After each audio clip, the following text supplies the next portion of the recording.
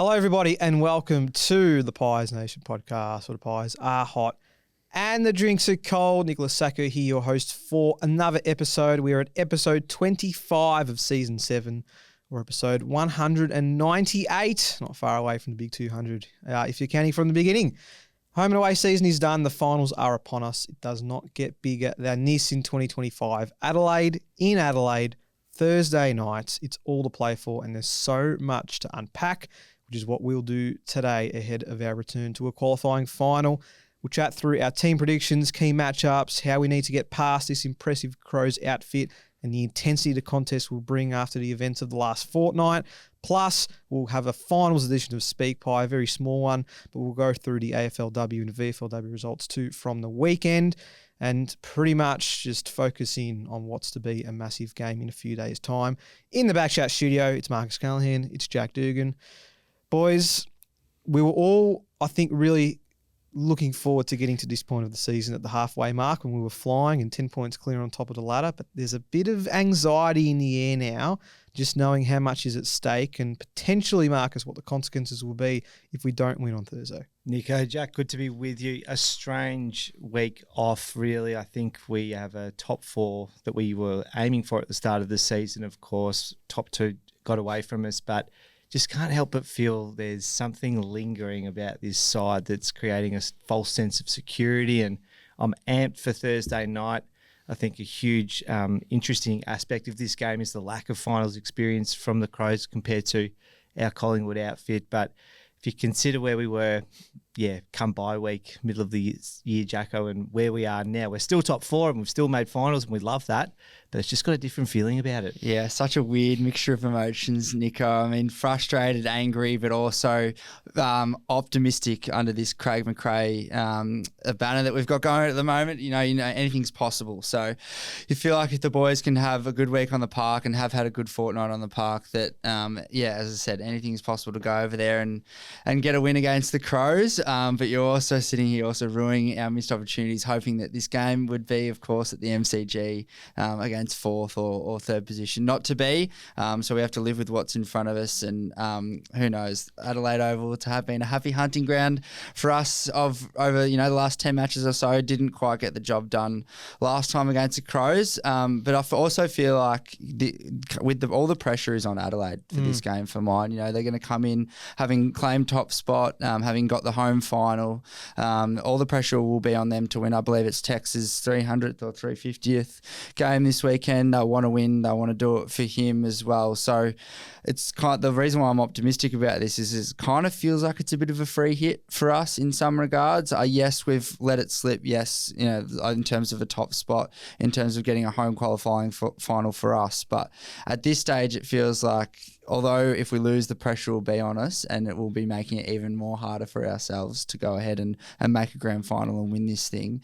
It feels like this is somewhat of a free swing, I reckon, for the Pies. I'm 100% with you, and that's the optimist in me saying that you're absolutely right. We've been in this position before. We know how to play finals football. Pretty much everybody on this squad has had that experience. Adelaide, not many have been involved and have had the pressure of playing on their home deck, being the minor premiers for, I think, just a second time in their history. They haven't lost since round 15 either, so they're coming into this match on a pretty strong win streak, and they've sort of stumbled their way, I felt, into the finals over the last few weeks. Now, taking nothing away from our game, but a 9-point win over West Coast in round 23, a 13-point win over North Melbourne, just got over the line against Hawthorn a month ago as well. And so I don't feel like they're in as scintillating form as some are suggesting.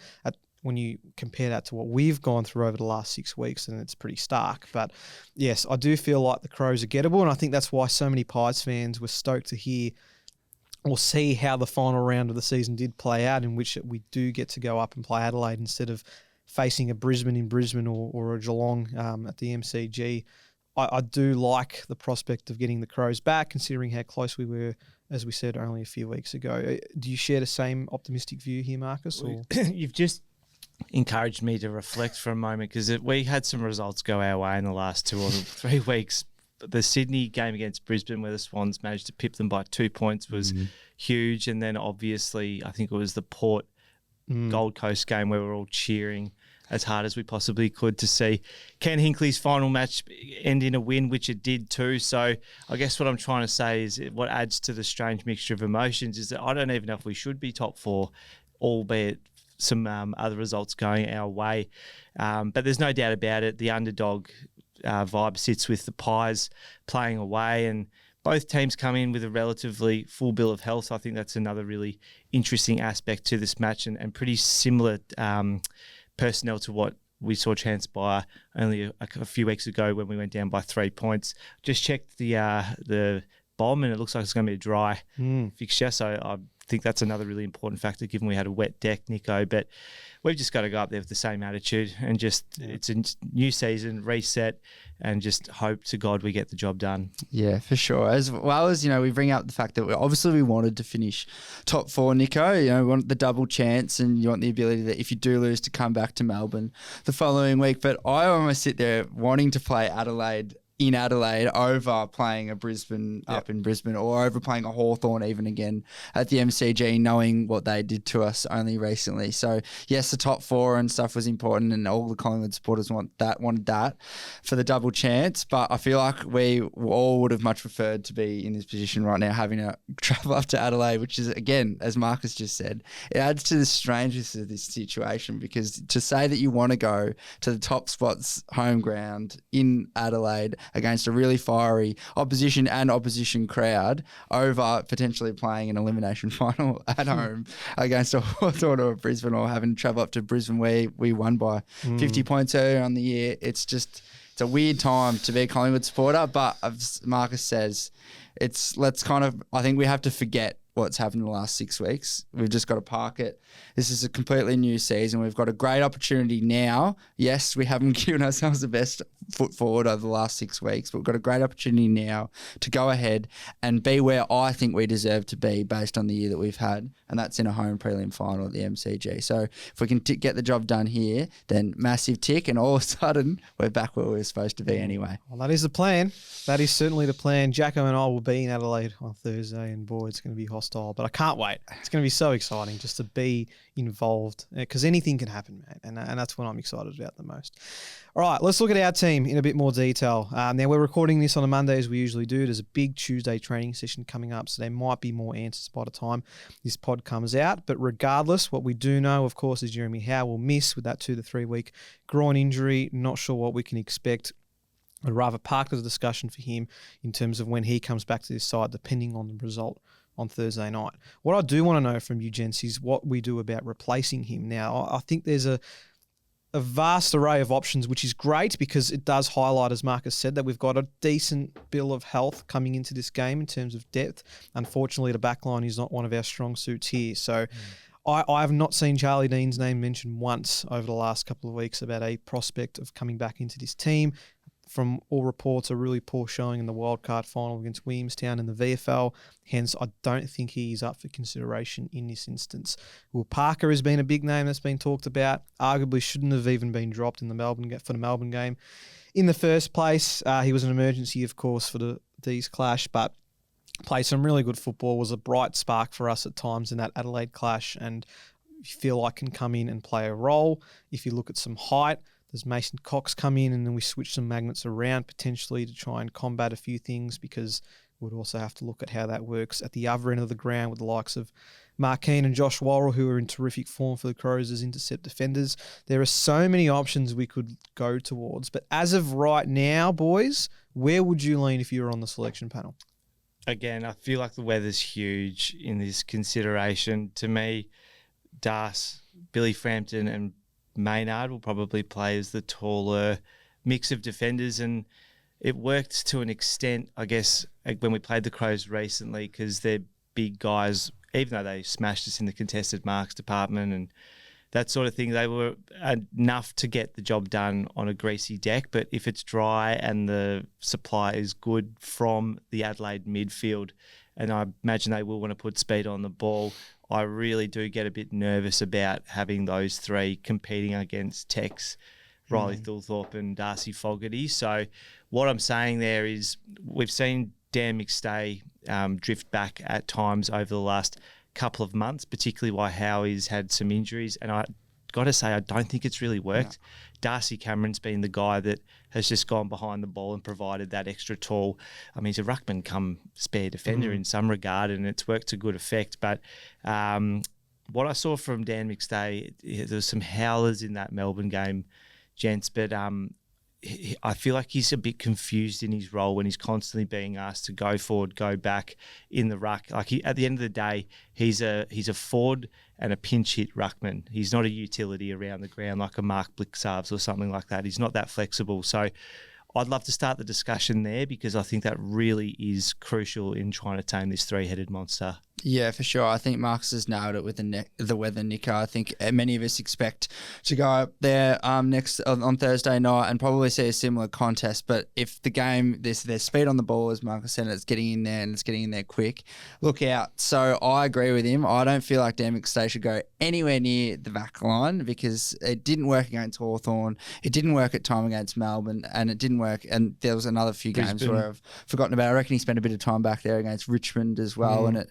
just had little to no effect. And as Marcus says, again, he nailed it just there. Dan McStay is at his best when his role is simplified, and he's able to take marks and clunk them usually up forward for us, which again hasn't happened much either in the last 5 or 6 weeks, which we might be able to get to a little bit later. But for mine, it is dropping Darcy Cameron as a spare back, as Marcus said, and I'd bring Mason Cox into this team to help not only pinch it in the centre of the ground, but use him and Dan McStay as sort of the full forwards and the ruckman to take care of that half of the ground, and then Darcy Cameron to take care of the centre bounce to the back half of the ground and just allow him to float back. That's what I would do for this game, to try and get another extra big body down there in the absence of Jeremy Howe, because I think my first thought was going straight back to the Adelaide game a fortnight ago was, get Will Parker in, but the night was wet, it was contested, it was slippery, so it's perfect for a sort of medium-sized backman / midfielder to come in and try and put a bit of speed on the ball, try and sort of hack it forward. And Will Parker on that night played it to perfection. But if the Adelaide are allowed to not only put speed on the ball, but control a dry footy a little bit longer and allow to go long and high and just long and direct to these big blokes like they have so well so far this year, then I feel like a bloke like Will Parker could get really exposed. So bring the extra big body and Mason in to help out with the pinch hitting in the ruck and the forward stocks a little bit, and then allow Darcy to sort of do what he's done all year and then drop back just a little bit more, because as Marcus said before, I'm just repeating what he's saying, but as Marcus said before, Dan McStay down back this year has been a waste. Yeah. So is that Cox for Howe? I would say Cox for Howe. Okay. Yeah. And then you are doing a lot of restructuring then, I understand, but I feel like if one of those blokes in these conditions is going to get a hold of us. Thrilthorpe did it in the wet, for God's sake, 2 weeks ago. So you'd think, one, if not two of them are going to get off the chain if we don't allow another big bloke to go down there. Yeah, I think we do need to try and get some extra stocks down there. I think they still ended up taking 6 or 7 contested marks, or 3 of them, despite the fact that it was a wet game. And Riley Thilthorpe, as good as he was, it was an average game by his standards for how he's played across 2025. So I do really feel like we need to put some attention to him. And if it means DC makes his way back for more time throughout the match, and I'm not opposed to it. Well, don't forget also with the Rankin suspension, he won't be available for this game. We can't underestimate a bloke like Isaac Quaner's ability to play a little bit taller than he is as well. So that's another avenue. I just thought of that just now as we're sort of going and trouting off about this. But no Isaac Rankin means we've probably got, yes, the big blokes are a massive factor in this game, but he would have been number 1, 2 or 3 at least on the list of blokes that we needed to quash and get on top of from a back 6 versus their forward 6 perspective. Now that he's out, I could see Isaac Quainer, Braden Maynard, Harry Perryman playing just a little bit taller than what they have been had he been in the side. Because if he's playing, then they're automatically just going to have to go worry about him, and you leave the big blokes to do what they do. So that might be an avenue we go down as well. I do like it, and I think that's firming as the favourite in terms of what that selection will look like with Jeremy Howe. I think that then also allows Dan Houston to be utilised further up the ground, which I think is going to be extremely beneficial for us this week, Marcus. Yeah, look, he's looked better on the wing than I think he has at halfback for some strange reason. We've talked about potentially the competition for that quarterback role. Josh Dacos, of course, doing it magnificently, getting the All-Australian squad nod, but not in the final team. So clearly has played amongst the best halfbacks in the league this season. I guess the other potential, because Meso was arguably our best in the VFL final. So he's in form, if you can say that, and we know how Coxie can go up and down with our selection thoughts throughout a season. But at the end of the day, I think he needs to be rewarded, because from what I've seen from Brodie Myercheck, and I'll be very curious to see how he trains it tomorrow with the wrist. We know there was a little bit of a niggle there, perhaps something more that we haven't heard a lot about yet. But, yeah, we just need another tall option down there. And Coxie, for all of his presence, doesn't always take the grab, but we at least hope he can halve it. And I don't think we've seen enough from Dan McStay in almost recent months now, suggesting that there's a target we can reliably go for. So I think this potential mix, while it is very tall, forward of centre, because the Crows don't have that genuine second ruckman, but perhaps that's something we can hopefully use to our advantage to get on top in the clearance and stoppage. Yeah, and I do pinpoint that Gold Coast game a month or so ago as a prime example of what Mace can do when he does get that confidence going early. He's marking the footy. He had, I think, 6 marks that game. 3 of those were contested, and had his fair share of hit-outs in that match as well. So when it does work, and we lost Howe early in that game too, so there was another example of what that could look like for sure. You mentioned Brodie Myercheck. It will be a watch to see what he does with that wrist or hand injury. Bo McCreary is the other big one here, and it looks like he is a genuine 50-50 to play on Thursday night, which is a big, big concern. I want to get some scenarios from you gents about if he does or doesn't play, and what that does look like for us into this Crows match, because we saw how much of a difference maker he was in that final term against Melbourne with his elite speed, and we know what he also brings with the pressure that he's got around the footy. His intensity around the contest is second to none. The simple fact is, as much as we talk about Jeremy Howe and the potential replacements for him, we simply need Bo McCreary to be playing this game. And if he's not 100% fit, how much do you risk potentially playing him in this game, knowing that he is not up to scratch in a complete way? What do we do with Bo? Well, just a question with a question, but do we know what the injury to the foot actually, I know it got stomped on and specifically had some issues with it, which required perhaps some painkillers during the Melbourne game. But be really curious to know if it's soft tissue or if it's bone or what, because foot injuries can be incredibly delicate and sensitive sports injuries to manage. So, gee whiz, it's a tough one, because when he was out on that fat side, I almost felt like at times he wasn't playing the role that Bobby Hill has, but he was just putting that breakaway speed on his direct opponent. And because Bo does bring that incredible mix of, like, he's a genuine midfield size type body, but he probably does his best work in the forward 50.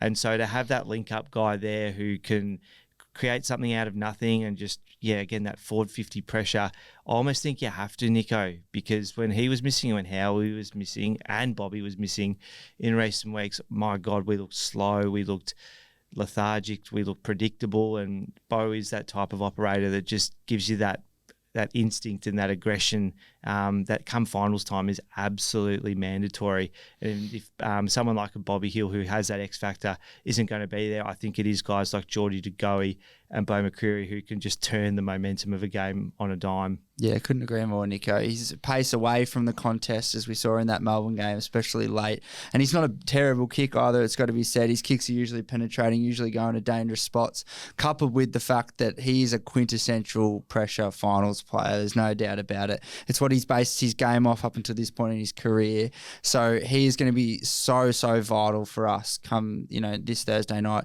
and beyond, however deep we do go. But, if he's 50-50, do you pull the trigger? Do you not? I think I agree with Marcus. You have to, because how vulnerable we've looked in that area of the game without blokes like Bo McCreary, Jordan DeGoey, in terms of being able to explode away from packs, run down opposition defenders before they get a chance to clear the ball.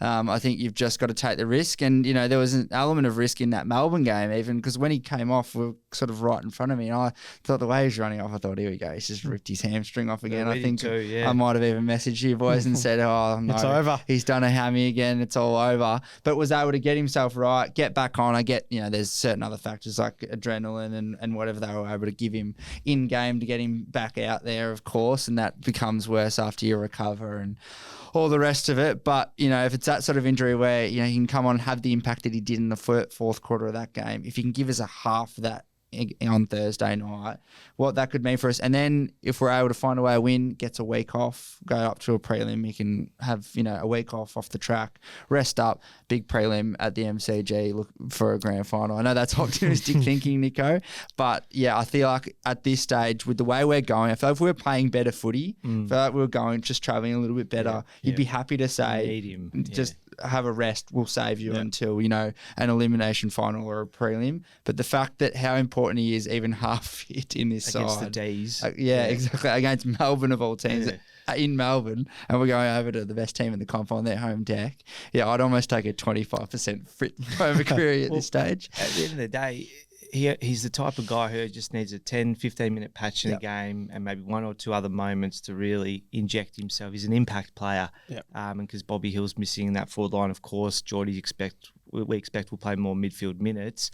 I think you have to play him, Nico. So with 71% time on ground when he played Adelaide a couple of weeks ago, 8 tackles, 21 pressure acts to go with 300 metres gained. So you talk about having those moments in matches. Well, he's certainly capable of that. He seemed pretty confident post-game against the D's that he would get up. Obviously, that hasn't been confirmed by the club, so maybe they're just being a little bit cautious on that front. If we do find a possibility that he does not get up for this game on Thursday nights, what are your options about bringing a replacement in? Well, I'm just trying to think to myself. Is a left field option, by the way, Will Hoskin-Elliott? Ooh, based on experience, I think that Fly really loves going to plays that he knows what he's going to get out of them. It's just, to me, it seems like Will's body is really starting to feel the effects of AFL footy, and I imagine he's the type of clubman who, if he isn't feeling completely up to it, he'll probably encourage a more someone who's going to come in and play that role where they do bring pace and into the game. So I like him on experience 100%, but I just wonder if we need, again, a bit more speed forward of centre to try and create more scoreboard pressure, because that has been the number one thing that I believe we've lacked when we lost Bobby, and then once Bo came out of the team, we just look like a completely different forward line mix. And it's crazy how that then affects how the ball comes up the ground, and then how the big forwards are presenting, because if the forwards are at their feet doing good things, it just makes our game look more like the Collingwood brand we saw when we got up in 2023. So I haven't given good thought to who comes in if Bo doesn't play, Nico, but it has to be someone who can continue to push the ball. But like Will Hayes is probably the guy who has that foot speed, but nowhere near enough experience. Does Ed Allen become a consideration? Yeah, I'm not too sure about that, Nico. I think if you're going to go down the Will Hoskin-Elliott path, he comes on as a sub and you promote someone like a Rowan Steele to come on the ground. I think you were listening. Looks like he's going to keep his spot. Yeah, exactly. I was listening to you boys on the way in, you and Lukey wrap up that game, just try and refresh my memory on that.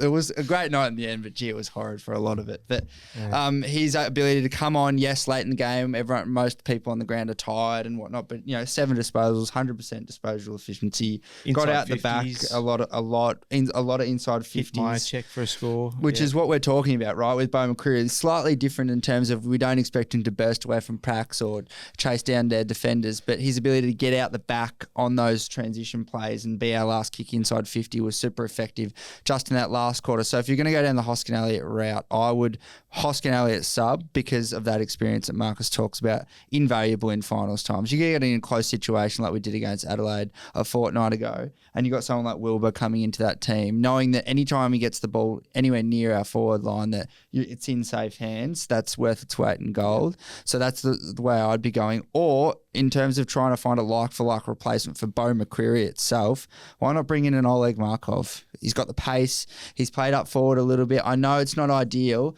but in terms of being able to have that breakaway speed from contests, if he's able to keep it clean and he's in somewhat of good nick, with his disposal at the moment, I could also see that being a path that we go. But I love Leggy, so that's probably a bit biased. An interesting perspective. I don't know if it's my top selection, but yeah. Markov to play forward or defence? Forward. I'd be playing him in Bo McCreary's role. I'd be having him as that sort of, especially when we're transitioning the ball. We've done it a couple of times, but also what can't be underestimated as well, and probably why my mind went to him as well as his leg speed, is the fact that he's done it before. He was a part of that 2023 side. Yes, they were 3 finals at the MCG, and it was a little bit different circumstances, probably a side that's going a little bit better back then as opposed to the side that's going now. But I feel like, again, you can't in finals, and I feel like this is something that could really expose Adelaide that we've spoken about a little bit. You cannot buy experience. So to have blokes that have been there, done that, who have blokes on the park that aren't going to be phased by the occasion and can go out and potentially execute a role. Bo McCreary is not getting 20 disposals and 3 goals every week. We don't need him to come into this team if Bo doesn't play and, kick 3 or 4 or have 20 touches. We just need him to come in and be explosive for us, and he has an ability to do that, I feel. Yep. All right. Well, we'll have to make all considerations for sure. Bobby Hill, now obviously he won't be playing on Thursday night, but he did train on Sunday and is expected to be training tomorrow. And from all reports, he's starting to get those loads up quicker than expected. Craig Kelly on SEN said today that all they've done is just try to get him back into training. I'm paraphrasing here, of course, just to get him have some fun again, get him smiling again, and just seeing what we can get from him over the next week or so. So that is encouraging. And it sort of opens the door now to see him potentially play finals football. Now, I don't know how soon that's going to be. I'm not going to put assumptions about there as to what that timeline looks like. But maybe the fact that we are back in finals footy and that we've got at least 2 games to prepare ourselves for, maybe it's motivated him a little bit more just to see if we can find him back in this team.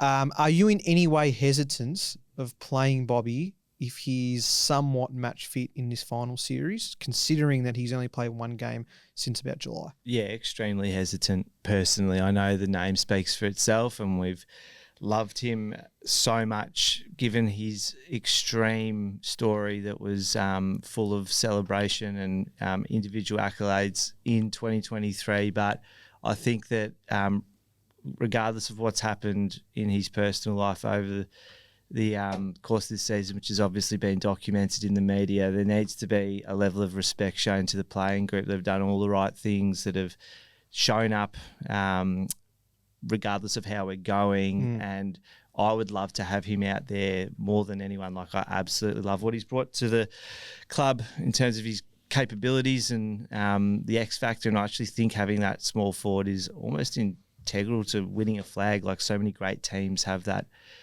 forward who fits a similar mould compared to Bobby. But yeah, this week absolutely no chance. Even if he was flying on the track. And I just do wonder if there's that temptation for Fly to go back to what he knows, coming back to your point about Markov potentially getting a call up in some capacity, Jack. But it's a really difficult one, Nico, because I just think that while all the boys will be doing as much as they can to get around him, obviously his welfare is one thing, and then his time as an athlete at the club is another. But gee whiz, it's a really difficult one to answer with conviction that he should play, when a lot of the behaviour off the field has probably suggested that he shouldn't, and that goes beyond just his conditioning. Yeah, I agree with Marcus there as well, Nico. There is a part of me, I was having this chat with some family over the weekend that was just like probably a bit more frustration of how we've looked at loads and how we've managed that in the last sort of month of footy. But I thought with Bobby Hill,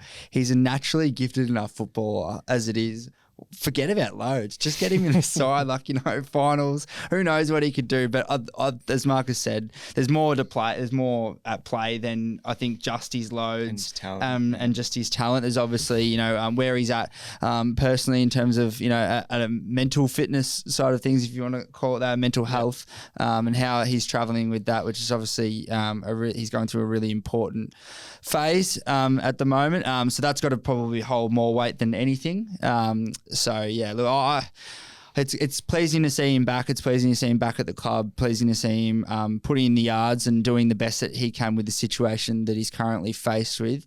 But I tend to agree with Marcus on the whole. I think we've probably seen the last of Bobby for 2025, and hopefully we haven't seen the last of him in black and white stripes, and that there's a lot more to play out in that regard. But if he's who knows? And you don't know what he's been doing while he's been away from the club either. If he has been sort of training by himself, the rumours are that he hasn't. But if he is half fit, and if he is sort of like, we talk about playing Bo McCreary 50-50 fit, you're sort of like, well, in the position that we're in when we're not travelling that well, could you risk it if you're in an elimination final? Why not? Why not just throw him out there as the sub in the last quarter and see what happens? Why not give him a crack? And again, I'll go back to just like his natural ability as a footballer almost overtakes his fitness, I believe, at a certain level.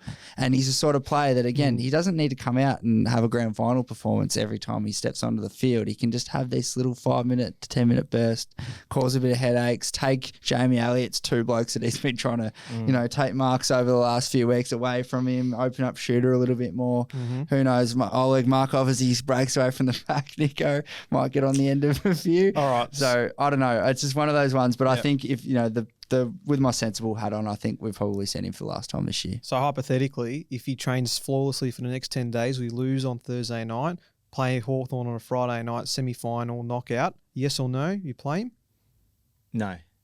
Yes, for the sake of being different. Okay. And I just think, why not? But it has to be like a completely refined minutes role compared to what he's probably been on for the previous part of season 2025. Looking at Adelaide, so they've pretty much said that Max Michaelani will be playing.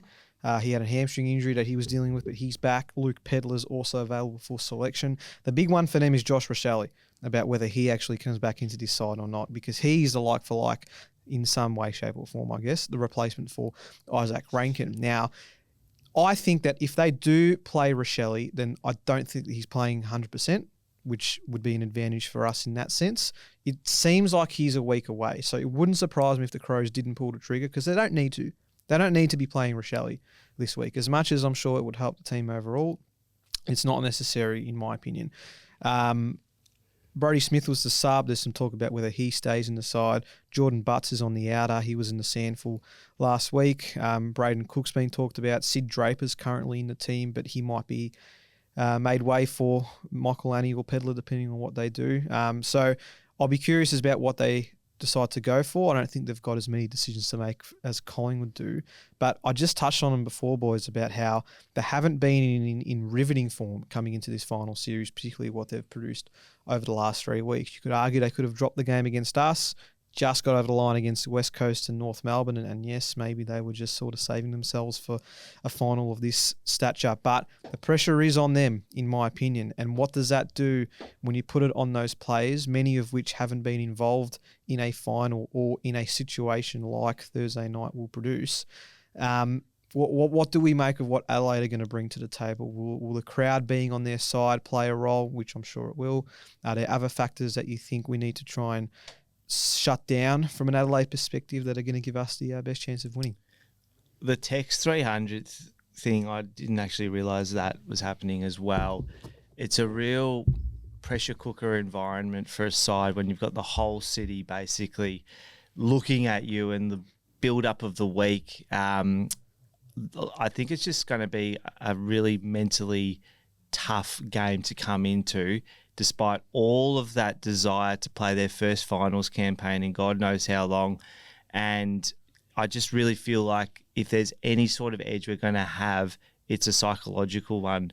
And it's not just coming from the underdog component, but also the experience that we do bring and the fact that we have that track record of going interstate and winning big games like this, Nico. So I do wonder how the Adelaide coaching staff will be trying to block all of that out, because if I was an Adelaide player in my first final and knew what the club had come from in recent times, not even just recent times, over the last decade, really, there's a lot of things that have gone wrong there.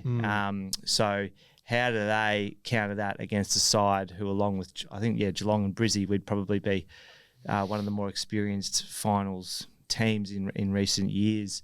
So I'm fascinated about the mind games that are going to be at play as the players put their head on the pillow each night this week, and I just hope that they get the jitters, Jacko. Yeah, for sure. Same, Nico. And look, not taking anything away from Josh O'Shelley as a player, but he's probably would consider him nearly half as good as Isaac Rankin. Yes, he's had some brilliant moments himself in big games, in showdowns and the like, but this is finals footy, and these are the last situations you want to be coming into sort of for your first game back or half underdone, especially, again, no offense to Josh O'Shelley, he's probably not considered to be in the caliber of the Josh and Nick Dacos's of the league, the Isaac Rankins, even in his own team. So, that's a really, really tough situation for him to come in and try and have an impact, and especially when I feel like he's the sort of player we can sort of keep out of. And considering Isaac Rankin's impact on the game that we played them a couple of weeks ago, that could be a huge lift for us. And I mentioned to a friend that I thought that the Tex Walker 300 thing could work against us a little bit. I thought it just gave them another reason to sort of get up if they didn't have one already, playing Collingwood in a home qualifying final with a home prelim up for grabs. But he spoke to Marcus's point just there. That could be extremely mentally draining with all the media and extra stuff that they'll be going on. Not only is the pressure on to win a qualifying final and, again, book your spot into a home prelim, but to win for a legend of your footy club, a legend of your team right now. He's had a phenomenal past 3 or 4 years.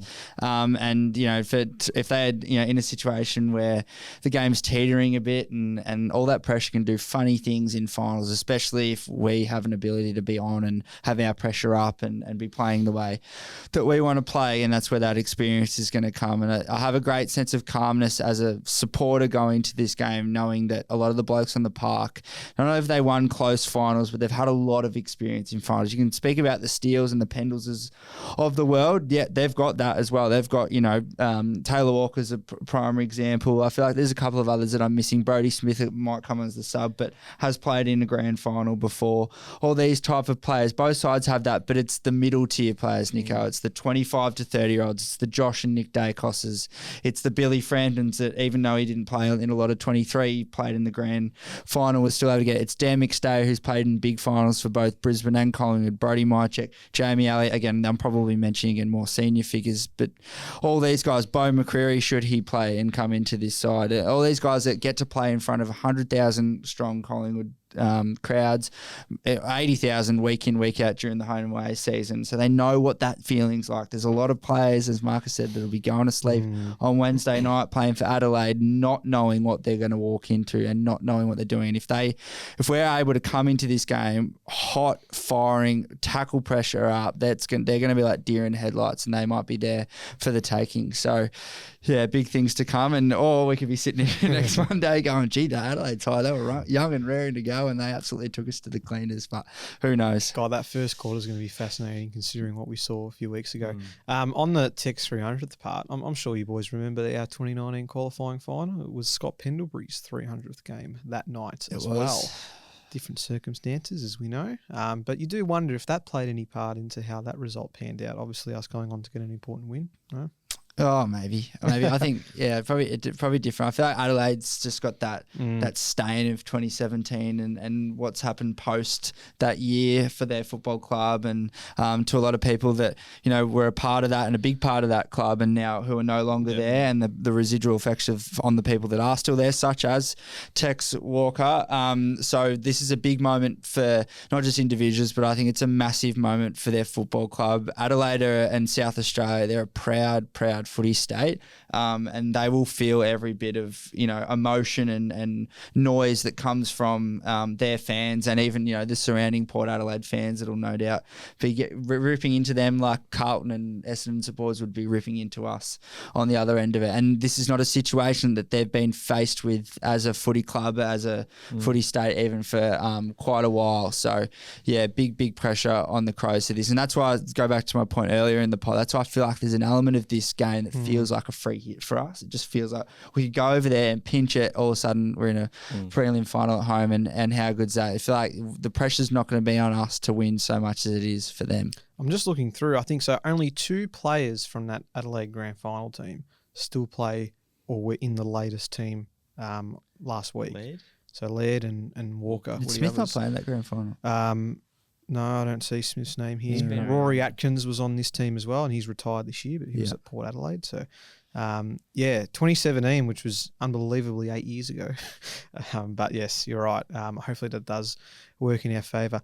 Okay, if there is a player or players in our team that you feel like need to have an incredible game, well, maybe not even incredible, I'm probably overhyping it a little bit, but needs to have an enormous impact on this contest on Thursday night for us to win, who is that player and why?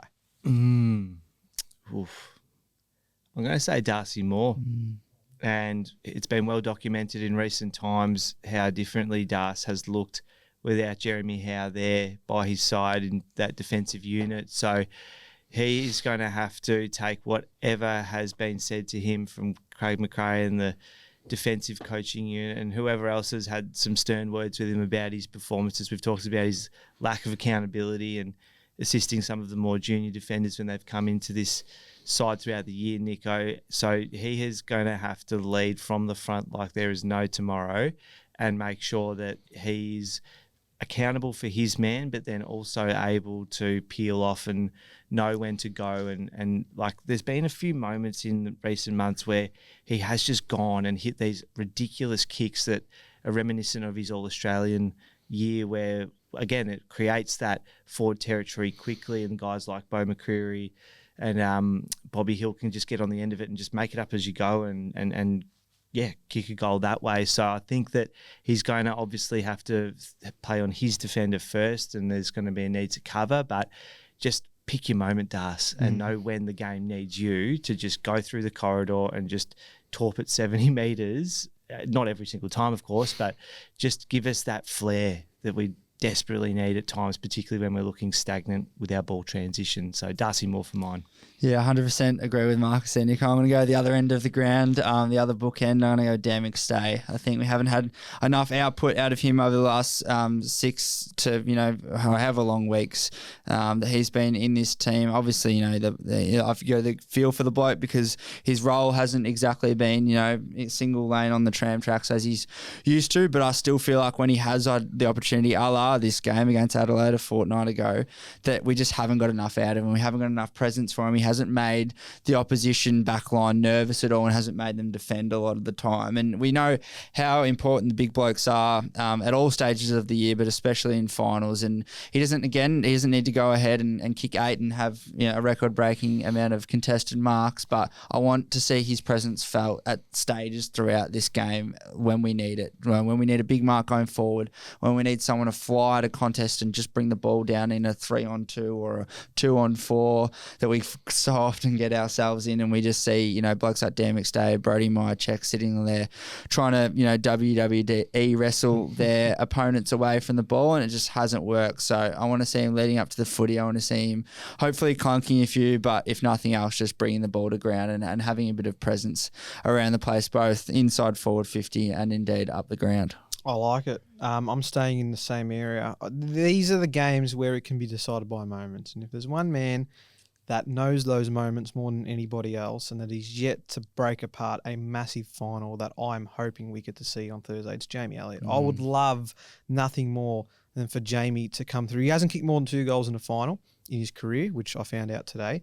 And maybe he's got a point to prove after not making the All-Australian team on last week, which was an absolute disgrace, by the way. But 50 goals in a season, he has been nothing but terrific for us throughout the most of the campaign. I know he's had a rough couple of weeks. I think only was 6 goals in his last 5 or 6 matches. He hasn't been giving us the output that we've probably needed. Probably hasn't been giving us the pressure we would have liked to see from a player of his calibre that we have seen earlier this season. And I know that might be due to personnel issues or having to play different roles. But I really do feel this game is made for Jamie Elliott. And I think if we are to win this match on Thursday night, yes, there's a few forwards that are going to have to stand up. And Dan is more than certainly one of those. Brody Myercheck is another one. But I think Jamie Elliott is a unique player in the AFL in this day and age, and I think we have utilised his IQ in a forward sense so well that we've gotten the best out of him that I think took us all by surprise. And I just do truly believe that if we are to win this game, then Jamie needs to stand up and play a role in that match. And I'm really hoping that we get to see that. There's been talks about what he's doing at the end of the year, talks on hold. There's been teams that are trying to chase his signature, and I just would really, from a Collingwood standpoint, hope that we can see Jamie stand up because, as I said, it could be a game decided by moments. We know how close these matches have been in recent times, and I think he can really stand up to the table. So, yeah, hopefully Jamie is the one that can do that for us. I want to do a very quick SpeakPie segment. There's only 4 or 5 to go through. So Lukey on our story yesterday just asked for those to send through some thoughts heading into the Adelaide game. We always love getting the fan feedback. So thank you everybody that does send them through. We always really do appreciate everyone that sends there's a cross. And thank you as well for the feedback from the Sherrod Wellingham interview that we did a few days ago. He was brilliant to chat to and gave some wonderful insight. I thought it was the perfect person to discuss all the footy issues, but also how his journey into his career has been over time as well, in the lead up to what, of course, is going to be a pretty big finals campaign. So it's been terrific to get Sherrod on board. He was great. I reckon, and I said it to these guys off air, that he was probably one of, if not my favourite people to chat to. He was just so open, so honest, and just really engaging in the conversation. So it did really make a difference when you've got an interview subject that's like that. So thank you for all the feedback that's come through. We really do hope you enjoy that interview. And thank you to you as well, Nico, for stepping up and taking over that interview, because without you, we wouldn't, as not only as, fellow hosts of the show, we wouldn't get that content, but neither would the Pies Nation faithful either. So thank you, mate, for taking the time out of your busy schedule to conduct such a unbelievable interview, because I agree with both of you as well. I was speaking a little bit off air. It was awesome to reminisce and awesome to get a bit of insight back into the 2010s period of the Collingwood Footy Club. And yeah, we really thank Sherrod for being so open and honest and taking some time out of his day to come on. I'll always make time for Premiership Heroes, mate. Don't worry. Always make time. So yeah, look, thank you for everyone that sent them through. There's literally only a few that we're going to run through. And we always like to get the fan input. So let's see what I actually have not listened to these beforehand. So I'll be curious to hear what they've got to say. So Debbie's first. Thank you, Debbie. Thoughts on whether or not Rowan Steele will retain his spot in the side and whether or not he'll be used as a sub again, because I would be opting for Lipinski being a sub as opposed to Steele. So be interested in whether or not they keep Steele in. I mean, I'd like to see it, but realistically, I'm not sure if he's going to play any greater role unless, as we said before, Beau McCreary doesn't make his way in the team. Yeah, once again, I think there will be that temptation for Fly to opt for the side that has gone and done it before. And while I think Steele, again, with the little opportunity he's had, has shown promise in several games, and Lipper's form has been patchy. There's been some injury and resting and all the rest of it, which hasn't really helped with his continuity. But ultimately, I think he starts ahead of a Rowan Steele. But I think they both start in this game based on what we discussed earlier. Yeah, I agree, Nico. I think potentially, I'd hope not, considering it's a final, but I think if we go into this game with the mindset of maybe just having a bit of insurance for Beau McCreary if he does play, then Beau will start, so will Pat Lipinski, and Rowan Steele resumes his post as the sub a la the Melbourne game. I think the fact that he would be in this 23 anyway speaks volumes of how much he's rated internally as well, and obviously we've got the chance to speak to him as well earlier this year. He's certainly a prestigious talent and one that I'm sure will be in this team for many years to come. Nate is next. Thank you very much. Boys, I think we've got a really good chance this Thursday night. We've got a really good feeling about this one. I think we've been building all year, but I think we've been hiding a few cards up our sleeves. Fly's always 2 steps ahead, and I think we're really going to surprise some people this weekend and just destroy the Crows. And I can't wait for it. I mean, destroy would be nice. Is there any element of us sort of hiding a few things leading up to a game like this? I'm not sure what these cards are, and I'd love to know where they've been and which pocket they are existing in at the current time because they're late to the party, let's say that much. Yeah, I don't think they're going to get pulled out of pockets this weekend, Nico. If there's any cards that we haven't been playing, I'll just say that. But I hope Nate's right. I hope we can go over there and because all of a sudden, imagine that the mindset that we've been in the last 2 months of footy, it kind of evaporates itself if we're able to, jag this one, no matter if it's by a point or by 50 points like Nate's just tipped there. So if we're able to, win this game and get into a home prelim, you feel like that's where we thought we'd be at the start of July. And unfortunately, we've been shitting ourselves in the foot since then. So I don't know. We've still got, I can't believe I'm saying it's still within our grasp, Nico. Exactly right. Dion with a short one here. So thank you, Dion. Not a think. I know. Craig McRae has got something up his sleeve. We go to Adelaide, get the win, home final prelim, straight to a granny. Flag Pies, 24. Something's in the air. coming. Okay. Blair's next. Thank you, Blair, for sending yours in. Boys, it's Blair here. If you had told me at the start of the season we would be going into week one of the finals with a double chance, I would have taken it every day. Unfortunately, it's not from first, it's from fourth. But hey, we've won in Adelaide before, we can do it again. Billy Frampton, it's your time. Stop Phil Thorpe again. We give ourselves a chance. We buy ourselves that week off, get Jeremy Howe back, and we've got a home prelim. And then we've got it all in front of us. Come on, Pies. Let's get it. I would go as far as to say that if we can stop Phil Thorpe from kicking more than 2 goals, we'll win. Full stop. And then he is the match winner at Adelaide. And again, very lucky he didn't get off the chain a couple of weeks ago because he was potentially playing injured. But he's right to an extent, Blair. I think if Billy and Darcy get a hold of Riley and to an extent Darcy Fogarty, I think we'll be fine. It's going to be a huge effort if that can happen, Nico. They are a formidable forward line, and I hope, like no tomorrow, that's correct. But there is this healthy level of skepticism in my body right now, and it's going to stay there until the first siren. It feels like the constant blueprint that we talk about when we do these pre-game pods, Nico. Stop the big bloke from kicking 5 or 6 goals and then just halve it out of the middle. And you feel like if we can do that on Thursday, I reckon we could win as well, but we'll see how we go.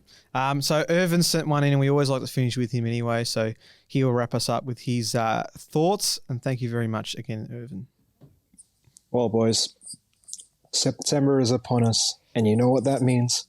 It's swooping season. So I like to see the situation we're in as we are 3 wins away from a premiership. And that situation would have been our reality whether we finished top by 10 points or we shithoused our way into 4th position like we did. So it's all the same. Now, having to travel to Adelaide seems daunting, but considering how he played them a couple of weeks ago, I'm full of confidence. I really thought we were the better team on the day, and we were probably just unlucky. You can say what you will about the umpires. I prefer not to, but we were probably just maybe 1 or 2 better executed kicks inside 50 from winning that game. So I'm very confident we can do it, and if we do, well, it goes a long way to really putting our season right back where it should have been the whole time. Now, as for you guys do pie that caught your eye, I'm doing the pie that I'll be keeping my eye on, and that's Dan McStay.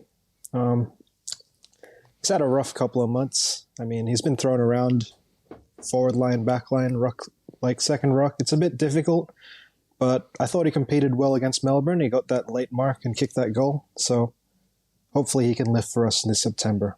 Go Pies. And that's Irvin wrapping up our SpeakPie for the finals.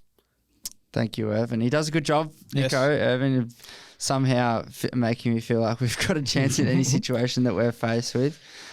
Still managed to get an umpire clip in despite the fact we had no game to review on the weekend. So that's a pretty extraordinary achievement. But yes, that was SpeakPie. Thank you for everyone. Keen to hear the thoughts of our faithful once we do play this game against Adelaide on Thursday. So that will be very exciting to see. Is there anything else from this match in particular, gents, that you'll be keeping an eye on or you think will play a big role into how this result will be decided? Oh, God.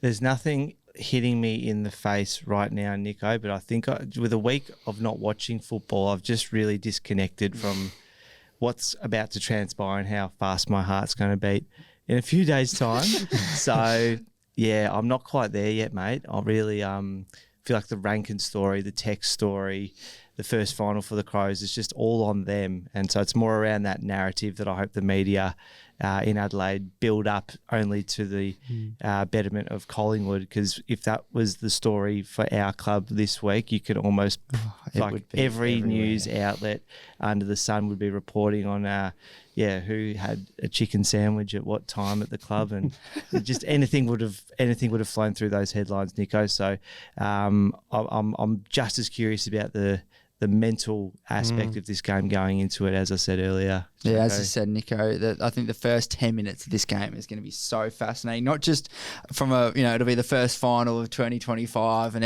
all the eyes will be on it, 1v4, Collingwood v Adelaide, all the rest of that. But just to see how I think Adelaide especially cope with that and see how we go about responding to the last 2 months of footy and, resetting and beginning this new season that we've spoken about what seems like forever. So that's one for me that I'm having an eye on, but not so much in terms of this game, but whoever works for the flight companies and whoever is in charge of inflating the prices for planes, go and get stuffed. You can jump on your plane and fly somewhere that's far away from here, because any particular carrier that you'd like to Terrance? Well, not necessarily. They're all as crook as each other. But like Nico was fortunate enough to find out pretty soon after the fixture was released, or maybe even he got planned ahead and was able to get cheap-ish flights to Adelaide.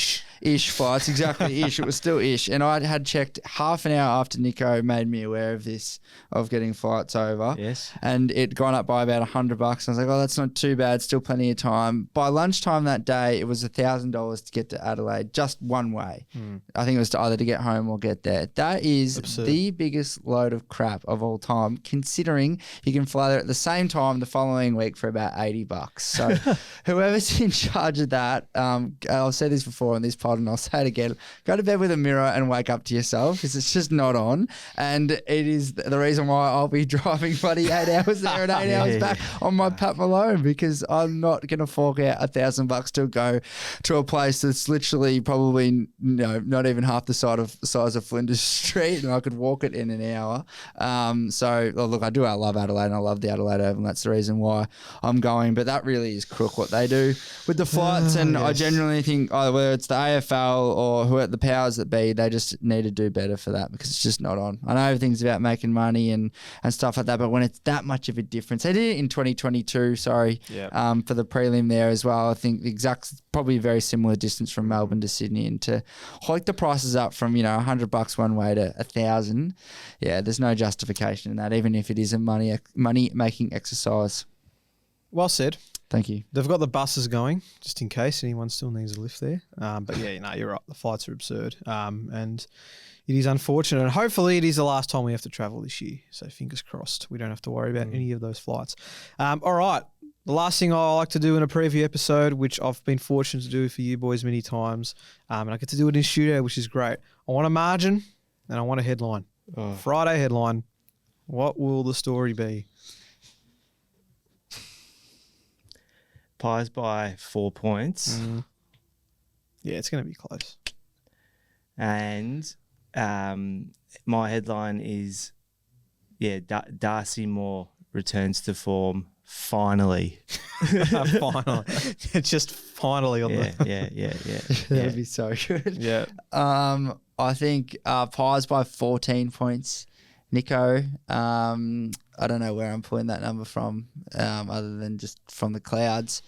And a headline, I don't know. I feel like Pies pressure cooker too much for young Crows. I feel like we're going to come out, start this game hot. Our pressure's going to be on. And from that comes the other parts of our game that we seem to get going off the back of, being able to grab and tackle blokes and get them to the ground. So fingers crossed that's the way to go. All right. I'll say 7 points again. I don't know where that number's coming from. It's just a pure guess, but I assume it will be close. And then headline, return of the flag pie, ? Because I think if we do win on Thursday, we'll then be outright favourites to go and win it all. And I'm just assuming that we could be, but that's just how they like to build us up.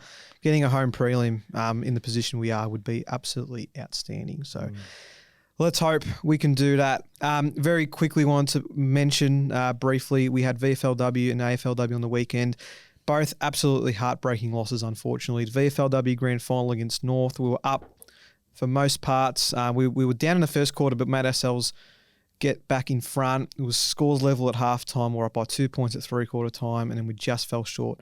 Went down by 6 points to North Melbourne Werribee, who have gone back-to-back. But an amazing effort by this Collingwood team, who finished 7th last year and missed finals. So for them to go all the way and make a grand final is an awesome effort, but they just fell short.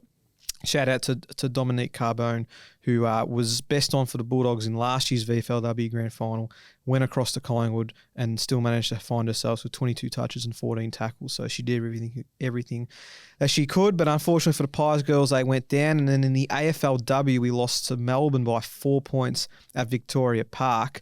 And then Grace Campbell had a shot for Collingwood on the siren to win the game and hit the post. So a great effort, but unfortunately just couldn't get over the line against the D. So we moved to 1 and 2. We take on Sydney at Victoria Park this Saturday, 1:05 p.m. So for those not heading to Adelaide this weekend, they can get their Collingwood action in Melbourne when they take on the Swans, who are going pretty well with Chloe Malloy at the helm as well. So one to keep an eye out for. So that's your Collingwood action. But that's going to do it for our episode, our big preview episode of this game against the Crows. Jack, I'm looking forward to being in your company at the Adelaide Oval, and we'll try to get out of there in one piece. Hopefully, mate. I've been over there for Gather Round the first year. I was at Port Adelaide, who are just about the most hostile crowd I've ever experienced, including our fellow partners in Carlton and Essendon in Melbourne.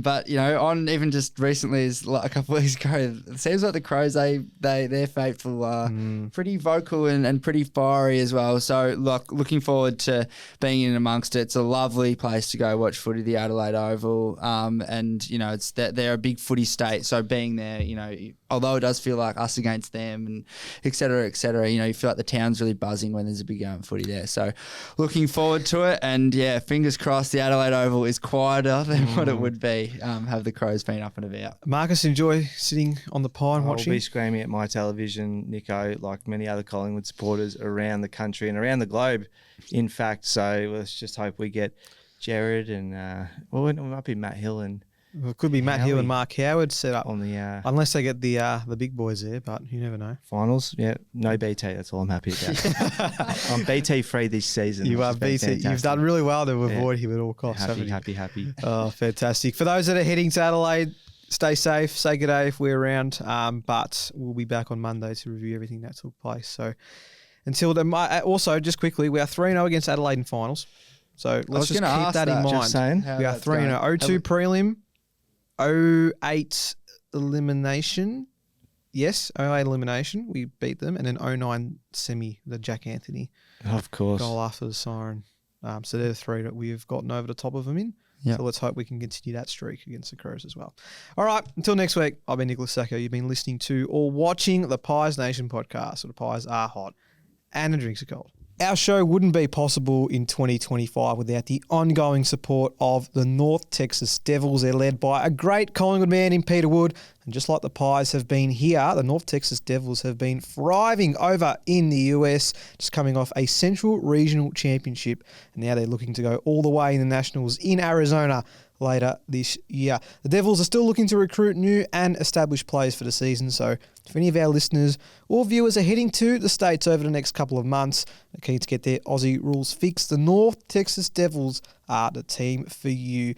Contact details can be found in our description. No matter how you consume our podcast, or you can head to ntxdevils.com to learn more. So thanks again to the Devils for sponsoring the Pies Nation podcast in 2025.